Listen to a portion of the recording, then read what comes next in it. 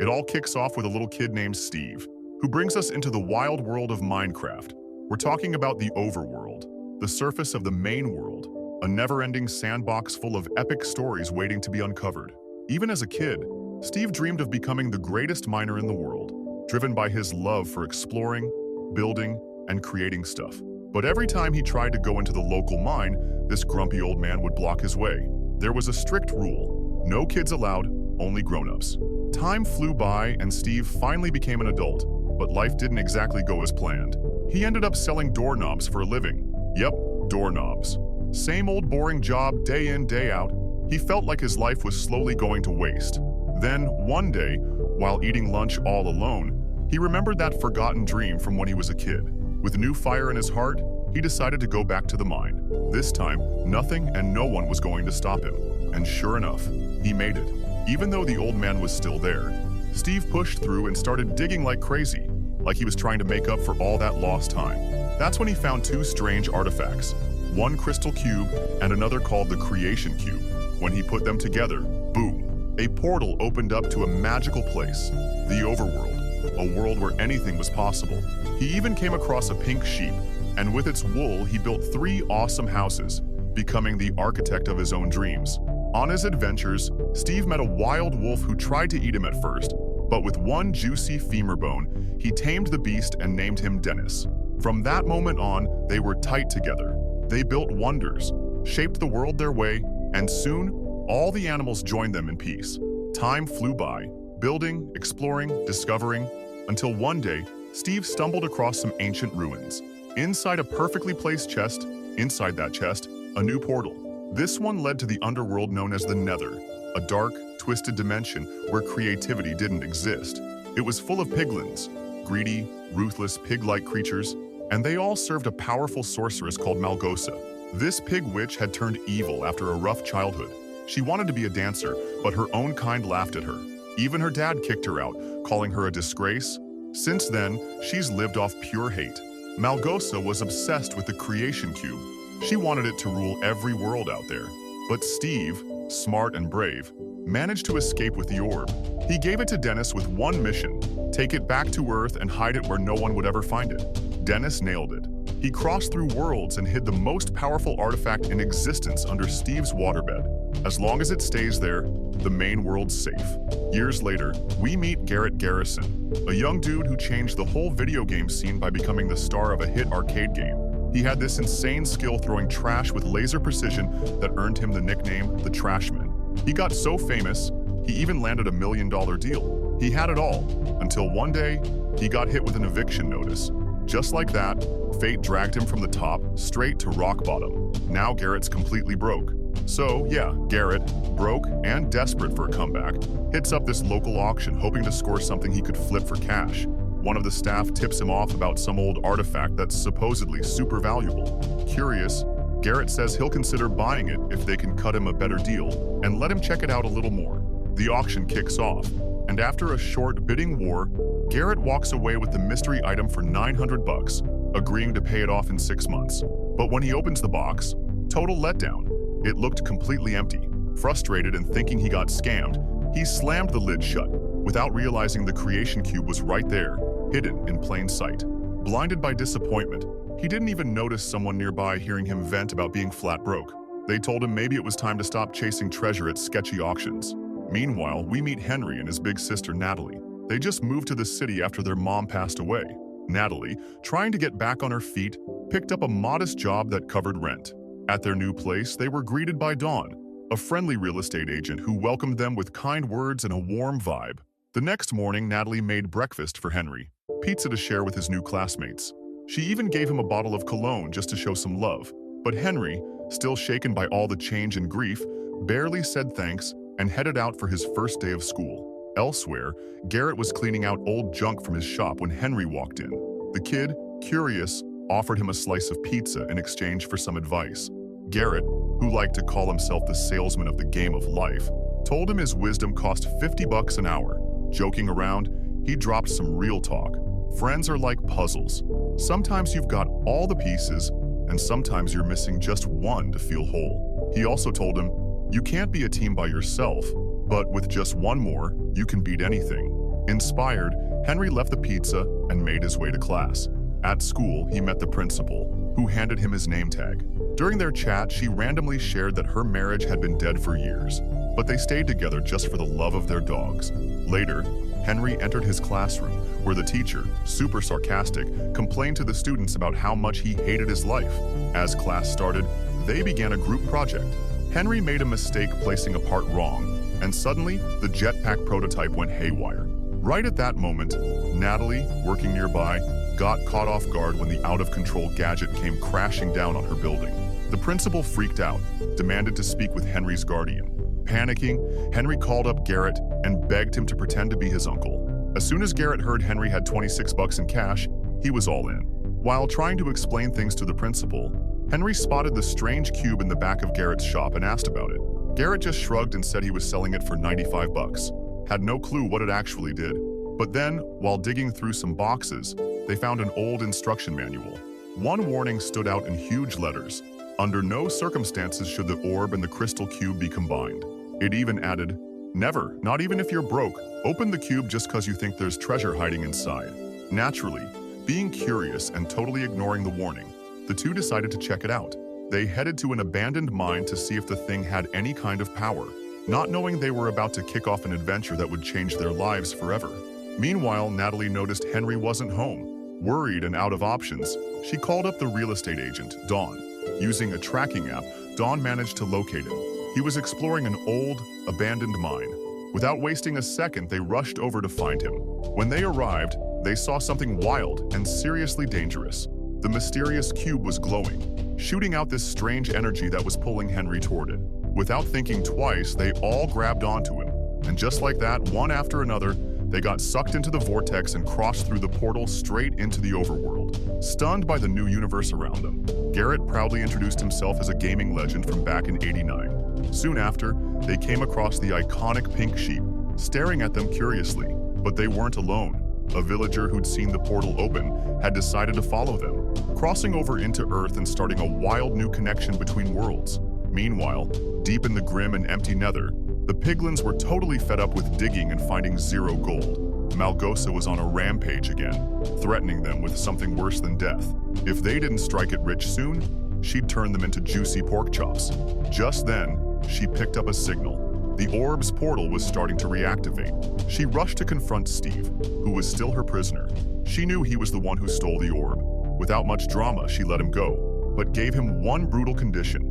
If he wanted to save his beloved wolf, Dennis, he had to return what belonged to her. Back in the overworld, Garrett was trying way too hard to impress the pink sheep, begging her to give him missions to find gold. Time passed, but nothing happened.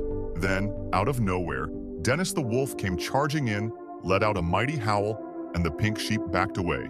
The whole area went silent, but that silence didn't last. Creepy sounds started rising.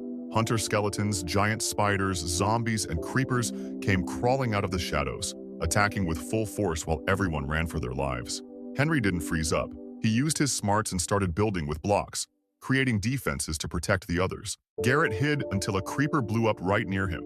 Leaving him dazed, his scream gave away his spot, and soon zombies had him surrounded in the chaos. The pink sheep was also captured just in time. The rest of the group showed up to help Garrett.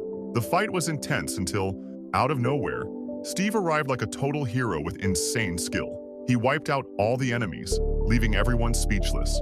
Then, the sun began to rise, and just like clockwork, the zombies burned up in the morning light.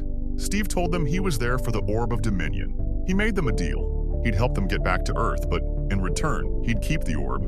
Without the crystal cube, there was no way to travel back safely, so they'd either have to get it back or find the one and only other way. Meanwhile, the villager who followed them through the portal got hit by the school principal's jeep. She'd been driving distracted. Embarrassed and worried about a lawsuit, she quickly tried to play it cool, offering him dinner and saying, "Everybody's trying to sue me these days, but you seem like a reasonable guy." Back with the kids, the group arrived at a quiet village, home to peaceful and curious villagers. They also met some new characters, a legendary pig, a wise llama, and a giant iron golem who kept the place safe with honor and strength. To recharge, they all sat down for a roast chicken meal. Steve, ever the cautious one, warned them the chicken had been cooked over lava, still sizzling hot, but Garrett, too proud to admit weakness, ignored the warning, took a massive bite, and powered through the pain just to save face in front of everyone. Back in the Nether, Malgosa was losing it.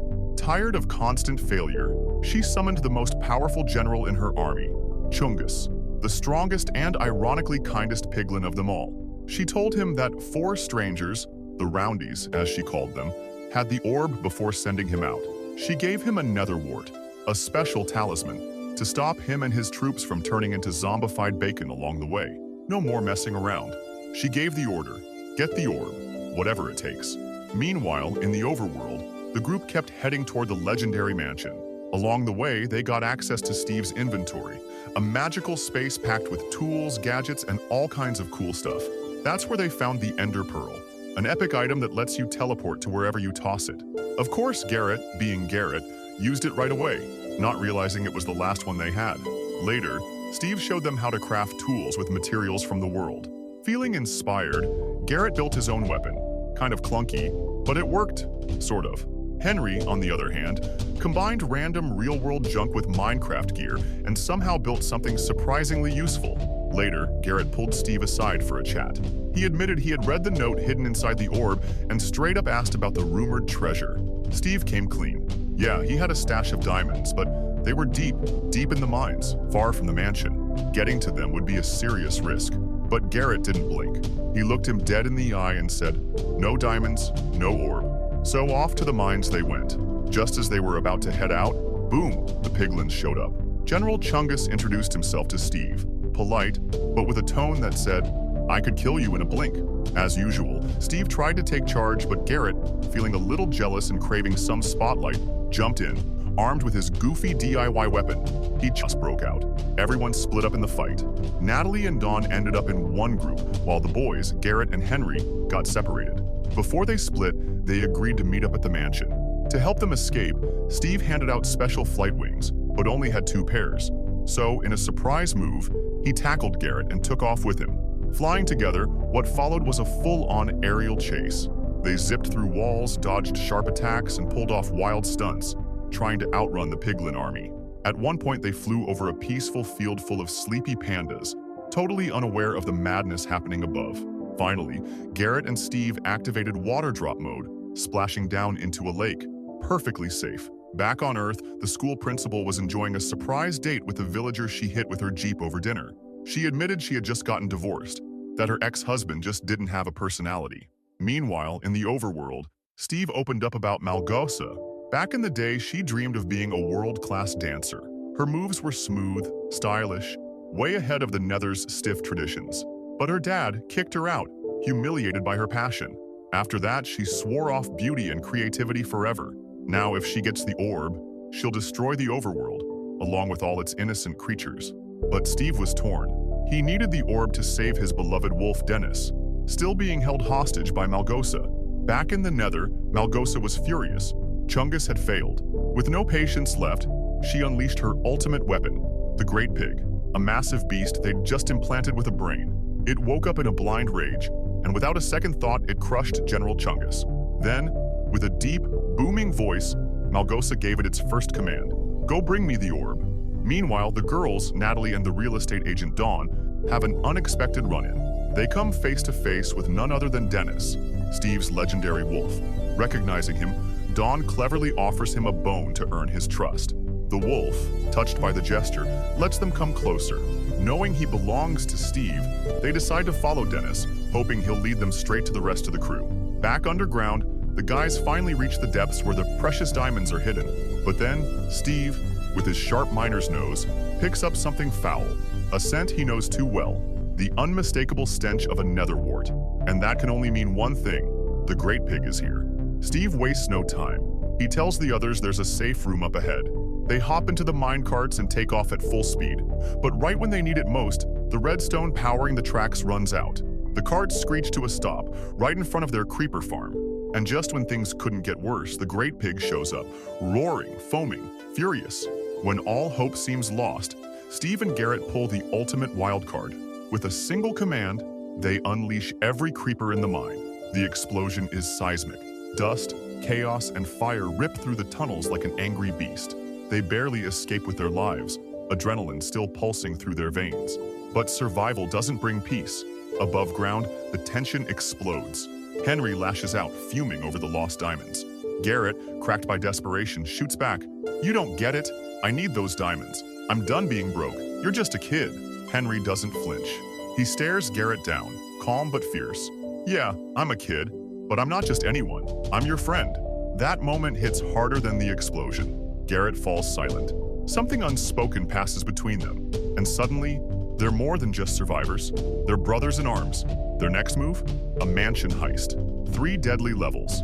Steve lays it out. Floor 1, trained villager guards. Disciplined, deadly, unforgiving. Floor 2, evokers. Shadow sorcerers who summon nightmares to life. Top floor, the Enderman Crystal. Guarded by creatures that can kill with a stare. But before the plan even starts, things go sideways. The villagers ambush the adults and drag them underground into a savage fight club. No rules, no mercy, just blood. Steve hides in the shadows. Garrett, not so lucky, he's shoved into the ring to face a zombie baby riding a blood-crazed chicken. It sounds hilarious until it starts fighting like an apex predator. Meanwhile, Henry makes his move. Sneaking through shadows, he reaches the vault on the top floor. It's dead silent, too silent. Then Thunderman steps out of the darkness. A duel begins. No backup, no way out, just one boy and his sword, and he wins. For his courage, Henry claims a rare artifact, the teleportation sphere, a device that could change everything. But before they can celebrate, nightmare strikes. Malgosa, the piglet witch, arrives with a grin and a snatch. In seconds, she steals the creation cube and the Enderman crystal. She disappears into the nether, leaving only despair behind. Henry and Steve want to run, but Garrett? He stands tall, defiant. "If I'm going down," he says, "then I'm going down in flames." And with that, boom. He triggers a last resort blast. The battlefield turns to wreckage. From the ashes, Steve wakes up, barely. Henry too. And in the distance, a beacon of hope, a mushroom house built by Dawn. They regroup. Natalie, Dawn, Steve, Garrett, Henry, they're back together. But the world? It's crumbling. Darkness spreads like wildfire. Now, it's war. Henry takes command, upgrading iron golems with teleport modules. The Overworld's first Speed Force golem army is born. Malgosa laughs. Golems won't fight without provocation. Then one tiny piglin throws a punch. The world shatters into chaos. As golems clash with nether beasts, Malgosa summons her final weapon, the Great Pig, a monstrous titan of destruction. But the heroes came prepared. They built their own colossus, forged from a mysterious alloy, a god-tier golem, powered by hope and revenge. The titans clash, the skies burn, the earth cracks. Steve charges at Malgosa, suited in custom diamond armor, a blade as wide as destiny. They clash in the ruins of her lair. She attacks with dark magic. He defends with honor, strike after strike, until she falters. Meanwhile, Henry races to the Orb of Dominion. Natalie holds the flank. Then, disaster. The Great Pig breaks loose, heading straight for Natalie. She freezes, but from the hills, Dawn. With an army of wolves at her side, she whistles, and the wolves pounce. The final chaos unfolds. The pig unleashes a beam. It hits Henry. Silence falls. Then, from the smoke, Garrett rises like a phoenix. He grabs Henry and pulls him to safety. The heroes regroup. With the last of their strength, they destroy Malgosa's machines and throw the orb into the abyss. Light returns. The Overworld breathes again. But just when it's over, the Great Pig grabs the orb. Hope dies, until the ultimate golem lands the final blow. Crush. The orb is recovered. Steve walks up to Malgosa, broken and cornered. "You lost." She lunges. Once, twice, thrice. He blocks each strike and walks away. No revenge, just justice. With peace restored, Steve says goodbye. He offers Henry a new life in the Overworld. Henry declines. "I'm going home." Steve respects it. He kneels beside Dennis, his loyal wolf, and hands the leash to Dawn. "You both deserve peace," he whispers. He hugs Garrett. "Thanks, Natalie," salutes Dawn, watches them step through the portal. Then, he hesitates, looks at Earth's portal, and walks through it. Life goes on. Garrett? He's thriving, runs a gaming empire now. Dawn?